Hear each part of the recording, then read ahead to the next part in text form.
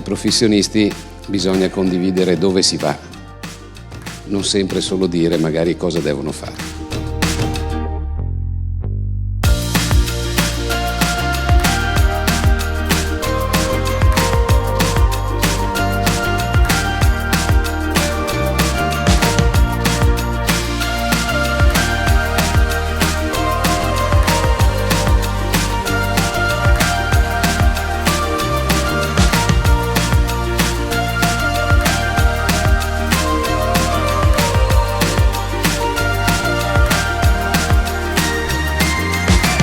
Mobilitare la passione delle persone è anche una responsabilità di chi la mobilita.